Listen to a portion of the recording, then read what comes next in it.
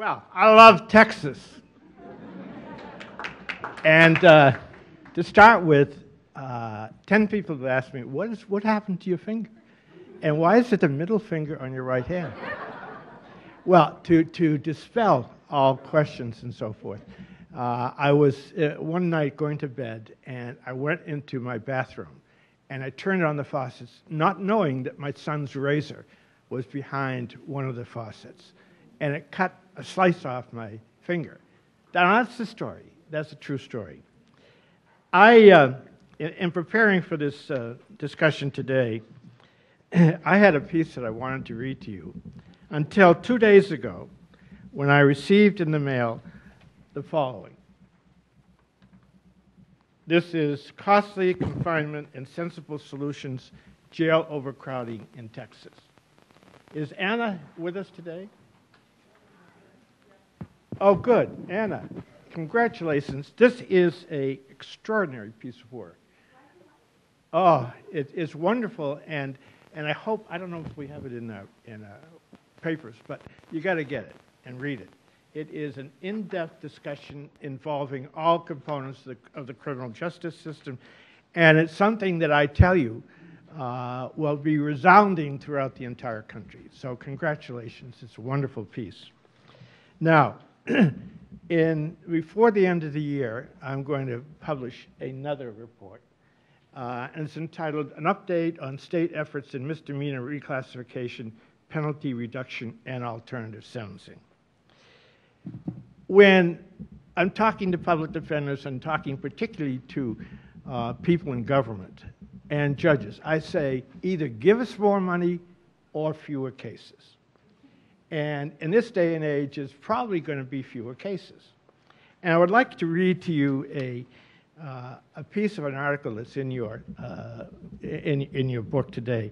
This is from a prosecutor, and there's no question about the fact that the indigent defense system is a partner in the criminal justice system. No doubt about it. But we need the help of prosecutors. Prosecutors have to understand what their role is and appropriately come and support indigent defense. This article was published in the American Bar Association Journal, and it's in your papers. It's called, Have All Convictions Become a Life Sentence? This is a prosecutor speaking up. And he says as follows. Two well-intended societal trends are coalescing and beginning to endanger public safety. First is the trend towards increased criminalization of conduct. What was once considered simply bad behavior is now criminal. This has resulted in an increase in the number of people with criminal records. Second is the trend towards making criminal records more accessible to the public. These criminal records are both visible and invisible barriers to ex-offenders leading successful lives. It goes on to say, there's no serious dispute that the percentage of population with a record of at least one criminal conviction in the United States is true. And the Attorney General produced a paper that said that 6 million Americans have some kind of a criminal record. Now, a criminal record can be an arrest where the case is dismissed or the person is given a ticket and does not enter the criminal justice system. So Bob goes on, what once was bad or reckless behavior such as child endangerment or failure to secure a firearm, which might have exposed a wrongdoer to civil liability, is today becoming a criminal offense punishable by imprisonment and fines. He goes on to say, today, individual criminal records can be harvested from government offices by private companies that publish and sell the data on the internet. This is something I didn't know. Some states have bought into this new trend and created their own websites that allow the public to research individuals' cases. Just think about that. Whether, Marianne Wiley said, whether it's employment, how old the case is can be 20 years old. It can be, I mean, my son has a criminal record. And that was when he was 15 years old. He had a bottle of beer on a public beach. And he was brought in, arrested, and went through that record is still there. And the questions of job employment, the questions of professional education, the questions of getting into college, the questions of losing the family rental position, all of those things affect all of us. But we don't spend enough time doing that. Now, in Massachusetts, that's my state, Massachusetts, despite the fact. And I think, let me say this about Texas. I think, and I've stated, Marianne and Chief Judd, that Texas has made more progress in the last 10 years in terms of the indigent defense than any other state in the country. And the thanks go to all of you and to the task force and to this guy right here. And every year I look up and there's something new and something important coming out of Texas.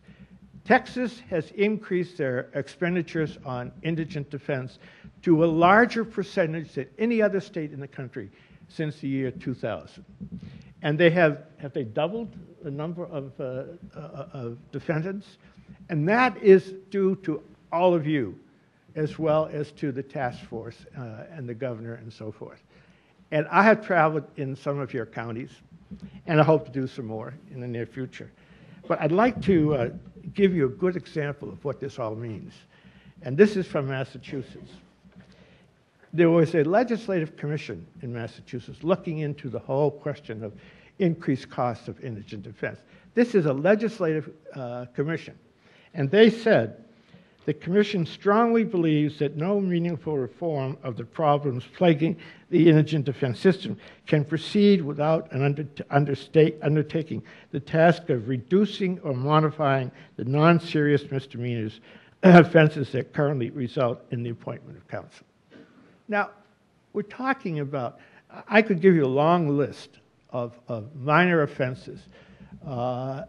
Feeding the poor illegally someplace. All the offenses relating to juvenile mischief that do not do any harm, except for the defendant, who keeps that record for years and years and years. They finally said that while these concerns should not be trivialized, the Commission is convinced that the process of identifying those non-serious misdemeanors that are routinely being disposed of with fines or cost assessment should start immediately. And they gave us some statistics in Massachusetts. They said that in the period of time, federal year 00 to 04, 22,000 cases were presented representing indigent persons charged with operating a motor vehicle after a license or registration has been suspended. Now, those are not multiple charges. Those are not filings that involve DUI and so forth and so on, along with the failure to have a license and operating. And a lot of that stuff really has to do with keeping employment, no excuse, but the fact of the matter is that there are all kinds of minor crimes. They also had a listing of the following case assignments. During the same period, there were 13,590 cases assigned for shoplifting, 11,641 cases assigned for disorderly person or disturbing the peace, 7,421 case assignments for trespass, and 4,208 case assignments for larceny by check. 59,000 cases. Now, sometimes you measure, one of the measures that you use, and you hear more about that in a bit, is the relationship between misdemeanors and felonies. Are there a significant number of misdemeanors compared to felonies? Now, crime is down. We've got to admit that all over the country. But more and more and more, we're getting these minor offenses. And they're clogging up the courts. They are taking time away from the district attorney, looking for serious cases and putting time on serious cases. And of course, they take up the cost of indigent defense. So the Massachusetts Commission determined that there could have been a saving of $8.5 million from these minor offenses that I mentioned to you. There are a couple of reports that I think you'll find in your material.